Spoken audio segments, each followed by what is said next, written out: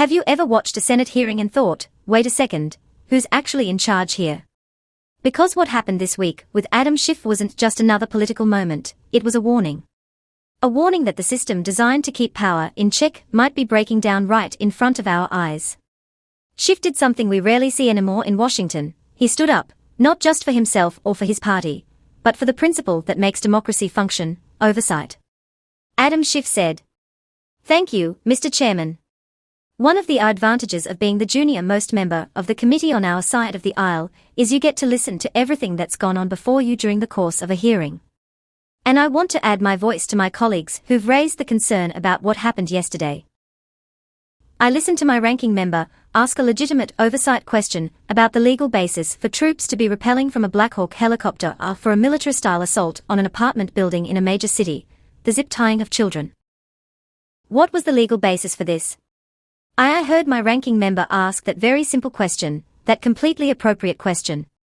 If that's not an appropriate oversight question, I don't know what an appropriate oversight question is. And the response was not just to refuse to answer the question, but it was to attack the character of the ranking member and to insult him.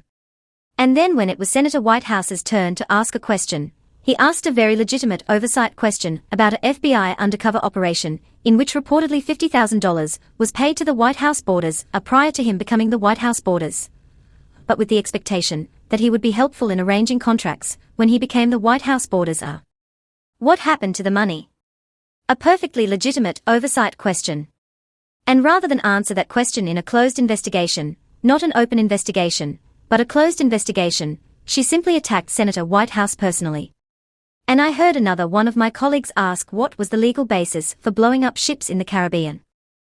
Reportedly, the Justice Department wrote an opinion justifying blowing up ships in the Caribbean. A perfectly legitimate oversight question. And the response was another personal attack. These what were apparently handwritten personal attacks in advance. I wouldn't bother with the attacks on me. I've grown all too accustomed to them for the last 8 years. But if members of this committee can't ask those serious questions and get serious answers, we can't do oversight. I am new to this committee. I spent about a decade on the House Judiciary Committee. I never saw a hearing like this with a cabinet officer, and if I did, and some Democratic cabinet officer were to personally attack each of my Republican colleagues, I would call for a stop to it. It would be disgraceful, and I understand the reluctance to criticize on your side of the aisle one of the Republican cabinet members. But if this becomes the template for future hearings, we won't be able to do any oversight and things will just degenerate. These questions deserve answers. I would expect that if troops were rappelling from helicopters in any city in any of your states and hog-tying children, you would want to know the legal basis. And so would I. We are going to submit for the record in written form the questions that the Attorney General refused to answer. I would hope, Mr. Chairman, you would join us in submitting those questions. They will have a much better chance of being answered if you join us in submitting those questions. But I would hope also in the future that if a witness, rather than respond, simply attacks our members, that it be stopped. That the witness be instructed to either answer the question, or to state why they are refusing to answer the question, but to refrain from personal attacks on the members of this committee. That would be my request.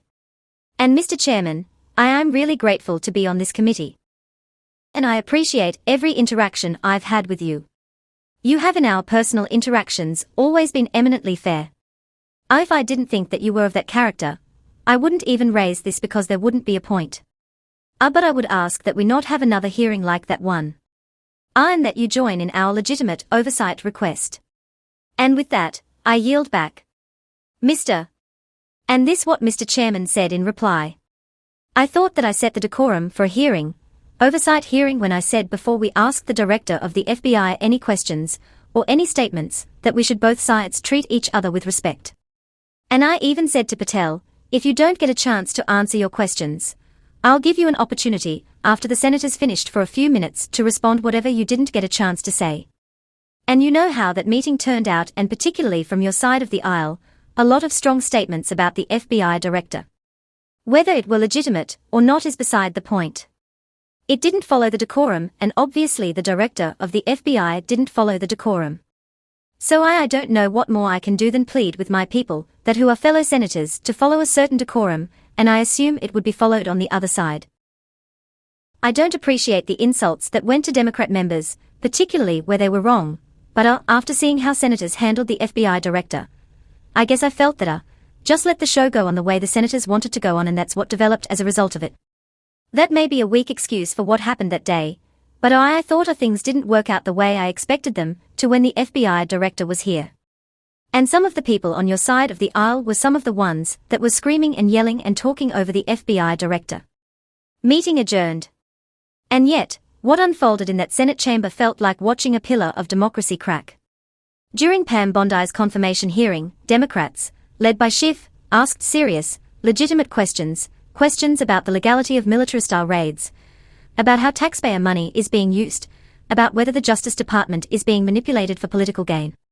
These weren't partisan traps.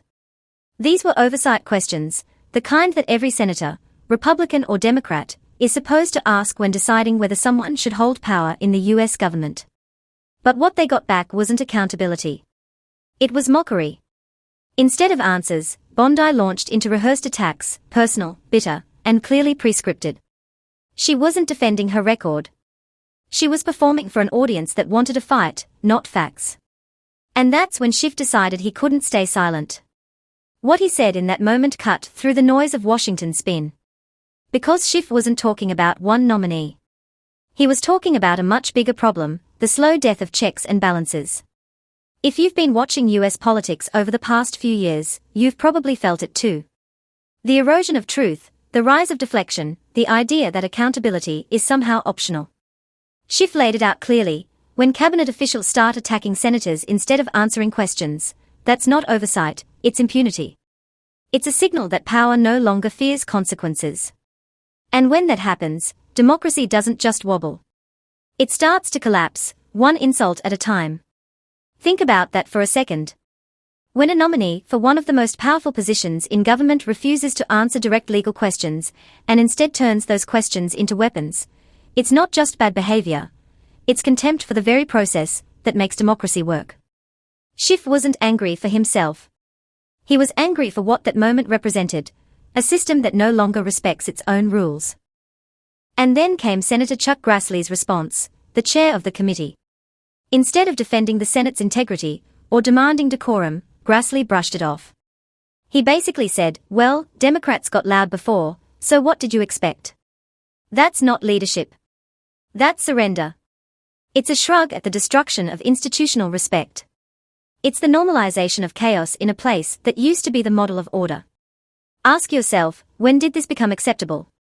When did a confirmation hearing, one of the most serious and scrutinized parts of American democracy, become an arena for personal insults and partisan showmanship? Schiff was pointing to something bigger than one bad hearing. He was showing us what happens when a government starts losing its moral compass. Because once attacking the messenger becomes more important than answering the message, you're not doing oversight anymore. You're running from it. And this moment wasn't isolated. It's part of a broader trend under the Trump political machine, a consistent, calculated effort to delegitimize any institution that questions it. The courts. Biased. The press. Fake news. Congress. Corrupt. The pattern is clear. If you demand accountability, you're branded as the enemy. What happened in that hearing was that mentality invading the Senate floor, the one place left that's supposed to rise above this kind of political brawling. Schiff's words weren't about scoring points on Fox News or MSNBC. They were about something far more urgent, the survival of truth as a governing principle. He reminded the country that oversight isn't optional. It's the backbone of the republic. Without it, the balance of power collapses. Bondi's refusal to answer real questions wasn't just disrespectful. It was dangerous. Because it sent a message to every future nominee, don't justify your actions, just attack the people asking questions. And when Grassley chose to do nothing, to hide behind political excuses, it exposed something even worse. A quiet acceptance that this dysfunction is normal now. But it's not.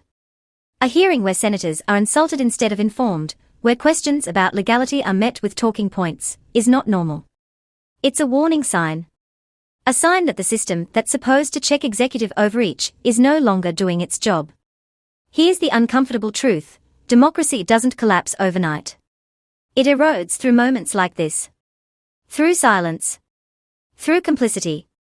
Through the idea that this is just how politics works now. Schiff's speech was more than a defense of decorum, it was a desperate attempt to remind his colleagues that there are still lines worth defending. Because if oversight dies, democracy doesn't fade away quietly. It falls apart publicly, as everyone shrugs and looks the other way. So the question is, how did we get here? How did political theater replace truth? How did shouting matches become substitutes for accountability? How did senators become punching bags for nominees who think public service means public spectacle? Schiff's frustration wasn't just about Bondi, it was about the culture that created her.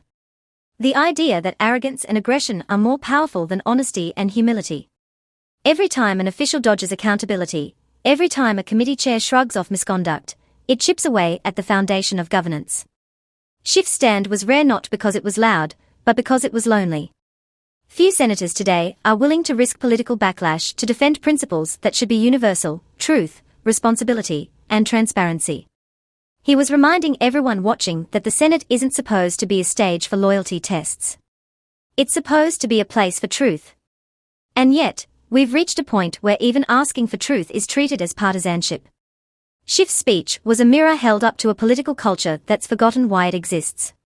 He said, in essence, if senators can't demand answers without being attacked, then who's really running the government?